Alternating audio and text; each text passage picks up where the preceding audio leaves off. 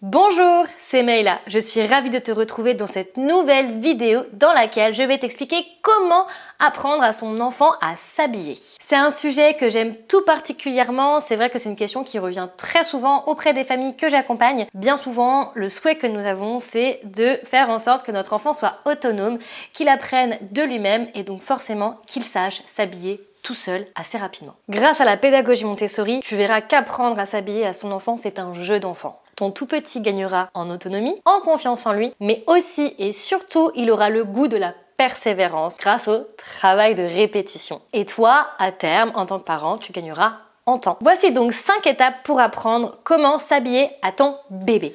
Première étape, on va toujours venir chercher la participation de son enfant. Et ça, on le fait dès le début. La plus grosse erreur, ça serait de penser qu'il y a un âge particulier pour apprendre à son bébé comment s'habiller. En réalité, toutes les actions que tu vas pouvoir faire dès sa naissance auront de la valeur. Même si ton bébé ne va pas être en capacité de bouger ses mouvements de manière consciente, toutes les actions que tu vas pouvoir faire avec lui apporteront pour le futur. Bien évidemment, il va y avoir des enfants qui vont beaucoup plus gigoter que d'autres sur la table à langer, qui vont pas forcément apprécier ce moment de change, qui vont pleurer. Je l'ai déjà vécu. Et dans ces cas-là, le conseil que je peux te donner, c'est vraiment de prendre le temps de faire les choses avec lui et surtout de ne rien lâcher. Au début, bien évidemment, il ne sera pas du tout capable d'être dans la participation, même inactive, si il est en train de passer un mauvais moment. Donc le plus important à ce moment-là, ça va vraiment être de faire de ce moment de change un temps de partage, un temps agréable, autant pour toi que pour bébé. Et ensuite, les gestes suivront. Donc là, les questions d'un tout petit bébé. Si ton enfant est déjà un peu plus grand, qu'il a 1 an, 15 mois, 18 mois, ou en tout cas qu'il est aux prémices de la marche, ce qu'on va faire, c'est qu'on va lui proposer de se changer debout. La position verticale va être beaucoup plus facile pour venir chercher justement la participation de ton enfant. En deuxième étape, nous allons venir choisir des vêtements qui sont adaptés. Et ça aussi, nous allons le faire dès que l'enfant est tout petit, voire même dès la naissance. Maintenant, plutôt que de te faire tout un topo sur quels vêtements prendre pour ton enfant, je vais te laisser réfléchir un instant sur ce que tu as dans ton dressing. Avec du recul, quels sont les vêtements que tu as chez toi qui permettent à ton enfant de bouger amplement et aussi, surtout, qu'il pourrait mettre, qu'il pourrait enfiler facilement? Est-ce que le vêtement n'est pas trop petit? Est-ce que la matière permet un mouvement fluide et confortable? Est-ce que les attaches ne sont pas trop difficiles à mettre? Arrivera-t-il à mettre les agrafes de sa salopette? Et il n'y a pas longtemps, j'ai même rencontré des parents qui avaient même fait attention aux chaussettes. Oui, il y a des chaussettes qui permettent l'autonomie de l'enfant. C'est simple, la partie haute de la chaussette va être beaucoup plus large que le reste de la chaussette, que vraiment au niveau du pied qui est beaucoup plus serré. Ça permet à l'enfant d'avoir une bonne prise en main et de l'enfiler sans que ce soit trop compliqué et qu'il arrive à bien positionner le pied dans la chaussette. Bon, là on va loin. Moi je t'ai ramené 2 pulls. On va d'abord avoir celui-là avec toute une ribambelle de boutons. Tu l'auras compris, une fois que tous les boutons sont enlevés, il s'enfile avec les 2 manches. Donc ça c'est du 18 mois. Et là on est sur un pull un peu plus grand parce qu'on est sur du 3 ans. Voilà le pull. Un simple pull à capuche. Donc le vêtement est ample, il est élastique. L'enfant peut tout à fait le mettre en autonomie. Pour celui-ci, surtout pour un enfant, du coup c'est un petit gabarit, même si c'est du 18 mois, ou alors le vêtement est passé à la machine.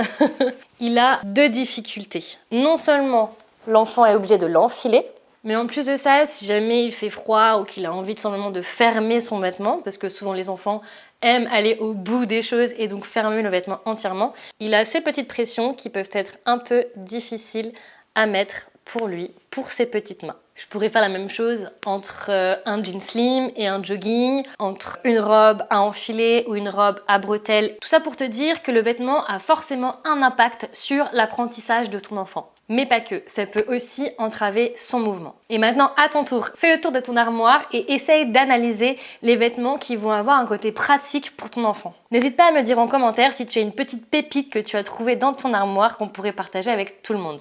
Étape 3, on va venir trouver des activités qui sont en lien avec cet apprentissage. Moi, je vais t'en donner 3 que tu vas pouvoir faire avec ton enfant dès ses 18 mois, parfois même un peu avant. Pour commencer, je vais te proposer de trier du linge avec ton enfant. Des chaussettes, des chiffons, des petits éléments qui vont être assez faciles pour lui à classer. Je te conseille même de plutôt mélanger 2 éléments, 3 au gros maximum. Non seulement ça va lui permettre de travailler sa logique, sa motricité fine et son attention et sa concentration, mais en plus de ça, c'est aussi un contact qu'il va avoir avec les vêtements. En deuxième activité, ça va être la suite logique, donc plier du linge. Au début, on va plutôt commencer par des choses simples. Donc encore une fois, il y aura du tri, mais on est vraiment sur un step au-dessus. Par exemple, si jamais tu as des petits cotons lavables ou des petits éléments à empiler pour commencer, c'est toujours mieux. L'étape d'après, ça va être de plier des petites serviettes, souvent les serviettes pour les invités, en 4. Ensuite, on pourra s'attarder sur les pantalons, les vêtements, les choses qui lui appartiennent. Et enfin, et pas des moindres, car là on est vraiment sur une activité purement montessorienne, ça va être les cadres d'habillage. Donc moi je t'ai ramené ce cadre d'habillage qui est de la marque Nineus. Donc c'est un cadre qui est assez hors de prix. Moi je vais te conseiller plutôt d'en fabriquer un ou alors d'en acheter un peut-être un peu moins cher. Mais celui-là est top. C'est pas le premier qu'on va proposer. Le premier, ça va être le cadre à velcro. Je te prie celui-là, même si je les ai tous, parce que je crois que c'est mon préféré. Et surtout, il a une petite subtilité. Contrairement au cadre d'habillage du 3-6, celui-ci, au niveau de la fermeture éclair, ne va pas jusqu'en bas. Voilà. Le cadre ne s'ouvre pas entièrement. Parce que tout simplement, c'est un peu plus compliqué pour l'enfant d'insérer cette petite partie dans la fermeture éclair. Donc, on s'arrête ici. J'en avais un fait maison, mais je ne l'ai pas retrouvé pour la vidéo. Donc, ce que je vais faire, c'est que je vais plutôt te mettre en barre d'infos les différents sites sur lesquels j'ai trouvé des cadres d'habillage qui ont été faits maison, faits main, en DIY. Donc voilà, n'hésite pas à les voir en barre d'infos si jamais tu es un petit peu couturière, ou alors même, je vais même te mettre aussi les pages Etsy, où il y a des personnes qui ont confectionné elles-mêmes leur cadre d'habillage. Il y en a des très jolis, donc je te mets tout ça en barre d'infos. Et grâce à ces activités, ton enfant pourra s'entraîner aux ouvertures autant de fois qu'il le souhaitera, et bien évidemment, ce sera beaucoup plus facile pour lui de le faire ensuite sur lui. Avant de passer à la 4e et 5e étape, je t'invite à mettre un petit j'aime si la vidéo te plaît. Cette action me permettra tout simplement d'avoir mon contenu qui sera beaucoup plus visible et donc de partager au maximum toute cette pédagogie, tous ces conseils. Ça m'aiderait beaucoup. Merci. Et si tu as envie d'aller encore plus loin, je propose plusieurs formations, dont une formation qui est 100% gratuite.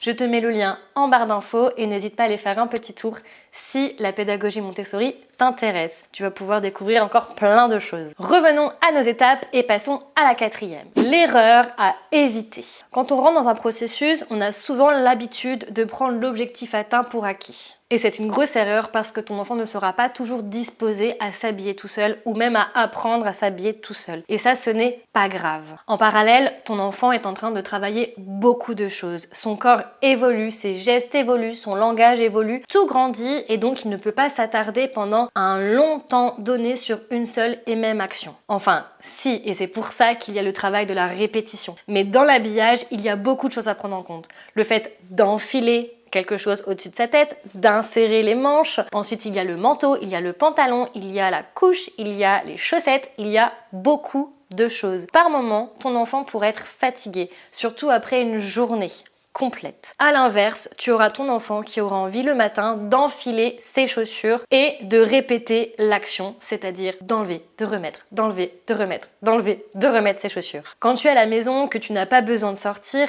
c'est facile. Je me souviens d'une petite fille qui avait passé sa matinée entière à enlever et à remettre son pantalon. Et ça, quand tu es toute seule à la maison avec ton enfant, tu n'as pas d'impératif, c'est facile. En revanche, si tu dois partir, c'est un peu plus compliqué et là, forcément, il peut y avoir frustration avec ton enfant. Et ça, encore une fois, ce n'est pas grave, ça fait partie des choses de la vie. Donc surtout, ne perds pas espoir, ne te dis pas que si une fois tu as aidé ton enfant à mettre ses chaussures parce qu'il était fatigué, parce qu'il avait besoin que maman ou que papa s'occupe de lui, eh ben c'est pas grave. Le processus n'est pas rompu. Ça va continuer à se travailler avec lui, il va continuer à le travailler tout seul ou avec d'autres personnes.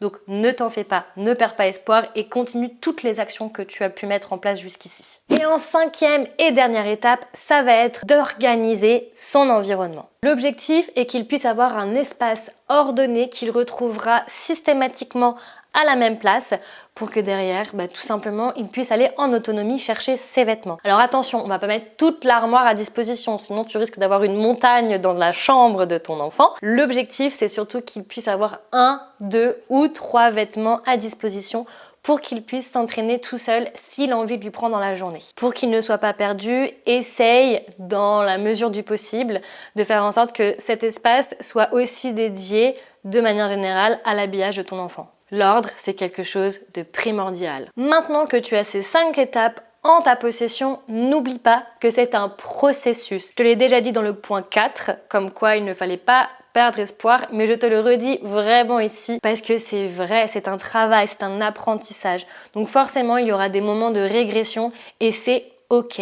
Si tu ne mets en place ne serait-ce qu'une seule de ces étapes à la maison, même si bien évidemment l'objectif c'est qu'ils y soient toutes, tu verras déjà des progressions avec ton enfant. Et surtout, prends le temps, c'est le plus important.